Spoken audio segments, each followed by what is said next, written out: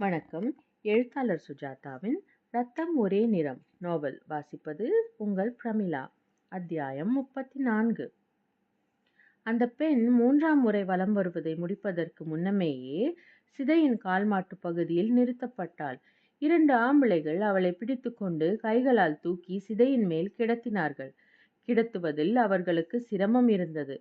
அவள் கணவன் முழங்காலை மடக்கிக் கொண்டு செத்திருந்தான்.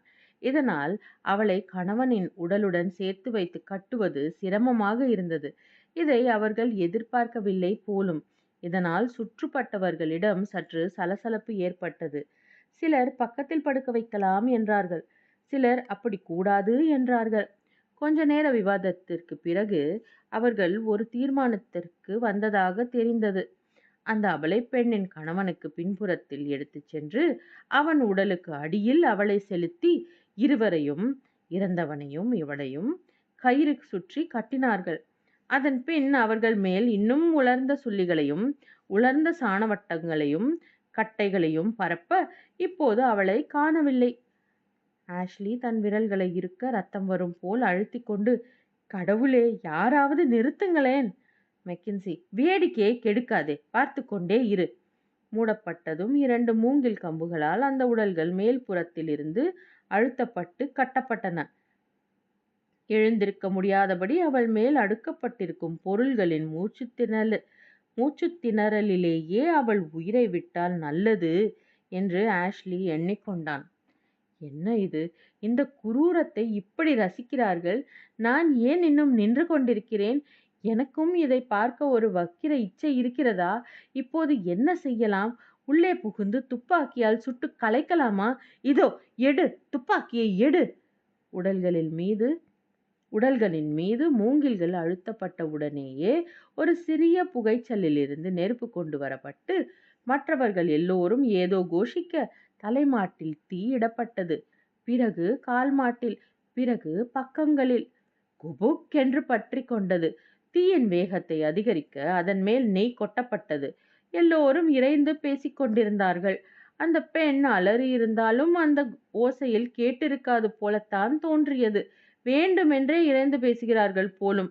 இப்போது நெய் தீ முழுவதும் நாக்காக பக்கமெல்லாம் பரவி உயர வளர்ந்து ஆஷ்லியின் கண்ணீரை உலர்த்தியது. நானும் ஒரு கோழைதான். ஏன் தடுக்கவில்லை இந்த அக்கிரமத்தை? எந்த நாட்டில் நடந்தால் என்ன? எந்த மக்களுக்கு நடந்தால் என்ன? இதை மனிதனாக பிறந்தவன் எவனும் தடுத்திருக்க வேண்டாமா? ஏன் தடுக்கவில்லை? ஏன்? கோழைத்தனம்தான், பயம்தான். இத்தனை பேரை கண்டு பயம். இந்த வினோத இந்திய மத வழக்கத்தை கண்டு பயம் இல்லை. பார்க்கும் குரூர ஆசை இல்லை, பயம். ஆஷ்லி அந்த இடத்தை விட்டு விலகிய போது சிதை ஒரே ஒரு பிரம்மாண்ட நெருப்பு நாக்காக மாறியிருந்தது. மெக்கின்சியும் மற்றவர்களும் சிரித்து கொண்டே நடக்க ஆஷ்லி தயங்கி தயங்கி திரும்பி பார்த்து கொண்டே நடந்தான். பிஸ்டல் ஒலித்தாற் போல் பட் என்று வெடிச்சத்தம் கேட்டது. அதைத் தொடர்ந்து சுற்றியுள்ளவர்களிடம் ஆரவார ஒலி கேட்டது. படகுக்காரனை ஓர் அதிகாரி என்ன என்று விசாரித்தான். மக்களுக்கு சந்தோஷமாம். அந்த வெடி சத்தம் நல்ல சகுனமாம். அது இருவரில் ஒருவரின் மண்டை வெடித்த சப்தமாம். நிச்சயம் அவருக்கு சொர்க்கமாம். சற்று நேரத்தில் மற்றொரு வெடி சத்தம் கேட்க மக்கள் திருப்தியுடன் மறுபடி ஆரவாரித்துவிட்டு வீடு திரும்பினார்கள். எப்படி இருந்தது கேப்டன் ஃப்ரேசர்? ஆஷ்லி நதியோரத்துக்கு போய் வாந்தி எடுத்து கொண்டிருந்தான். கான்பூரில் எமிலியை பார்த்து சிரித்த அந்த பெண்ணுக்கு சுமார் 18 வயதிருக்கும். ஐரோப்பிய குடும்பங்கள் இங்கும் அங்கும் அதீத குழப்பத்தில் சிதறி நடந்து கொண்டிருக்க அத்தனை சந்தடியின் மத்தியில் அவள் தன் தங்கை போல் இருந்த மற்றொரு சின்ன பெண்ணுக்கு பூ பறித்து தந்து கொண்டிருந்தாள். உடலின் நிறத்திலிருந்து ஆங்கிலோ இந்திய பெண் என்று தெரிந்தது. அழகாக இருந்தாள். சின்ன மார்பகங்கள், சற்றே கசங்கி போன நீல கவுன். சிரிப்பில் எல்லோரையும் சிநேகிக்கும் சுபாவம் தெரிந்தது. விரல்கள் மென்மையாக இருந்தன. என் பேர் அமெலியா ஹார்ன். Emily McKenzie. என் அப்பா பேர் ஹார்ன். என் அப்பா இறந்து விட்டார். இது என் தங்கைக்கு 8 வயது இருக்கும். ஒரே கலாட்டா என்று சுற்றுமுற்றும் பார்த்து சிரித்தாள். கலகம் இருக்கிறதோ இல்லையோ, இவர்களே பாதி கலகம் செய்கிறார்கள். தொடர்ந்து, எல்லோரும் பயப்படுகிறார்கள் என்பது தெரிகிறது. அம்மா சொல்லுவாள், எதற்கு பயப்பட வேண்டும்? தேவன் நமக்கு என்ன விதித்திருக்கிறானோ அது நடந்தே தீரும். உன் அம்மா வந்திருக்கிறாளா? அதோ படியில் உட்கார்ந்து கம்பளி நூல் பின்னிக் கொண்டிருக்கிறாளே, பக்கத்தில் என் அப்பா. அப்பா இறந்து விட்டதாக? ஓ, அது என் சொந்த அப்பா. இது என் அம்மா மறுமணம் செய்து கொண்ட அப்பா. கலகம் வரப்போகிறதா? வந்துவிட்டது. பஜாரில் எல்லாவற்றையும் எரிக்கிறார்களாம். நாம் எல்லோரும் இங்கு வந்து அடைந்து கொண்டாகிவிட்டது. எந்த நேரமும் பேரக்ஸ் தாக்கப்படலாம் என்று சொல்கிறார்கள். எல்லோரும் முதல் பீரங்கி வெடிக்க காத்திருக்கிறார்கள். எமிலி தன் சிற்றப்பாவை தேடினாள். அவர் ஓர் அதிகாரியிடம் ஏதோ விசாரித்துக் கொண்டிருந்தார். உங்களை நான் பார்த்ததில்லை. கான்பூரில் எங்கே இருந்தீர்கள்? நான் கான்பூர் இல்லை, சென்னை. சரிதான்.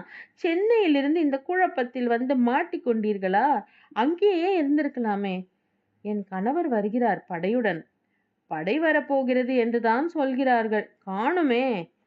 இன்னும் சில தினங்களில் பெரிய படை வருகிறது. சென்னை இராணுவம் வந்திருக்கிறது. அதற்குள் இந்த தொற்றல் கோட்டை விழாமல் இருக்க வேண்டும். இருப்பது 6 பீரங்கிகள். ஒன்றுதான் 24 பவுண்டு. மற்றதெல்லாம் சோடை.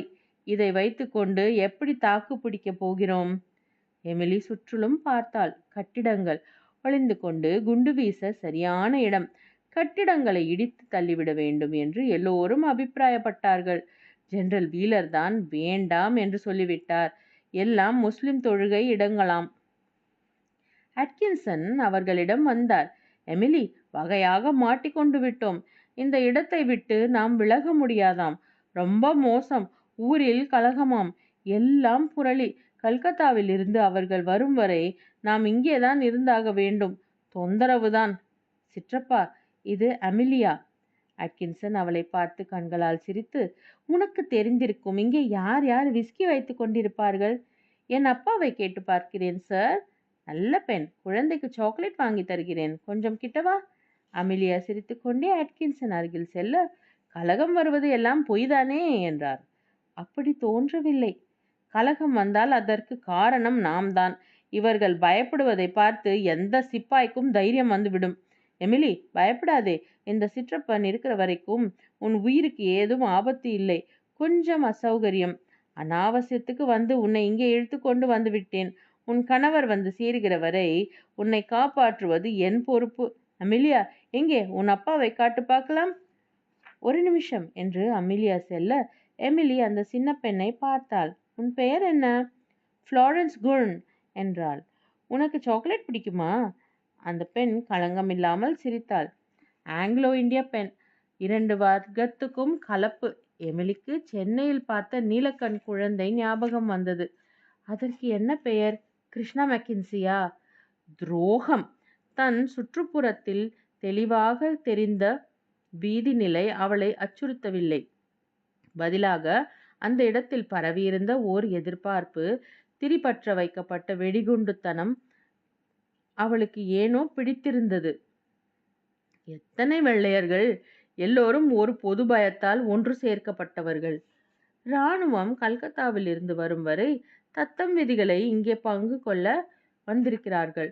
அதோ தள்ளாடும் நடை போடும் கிழவர்.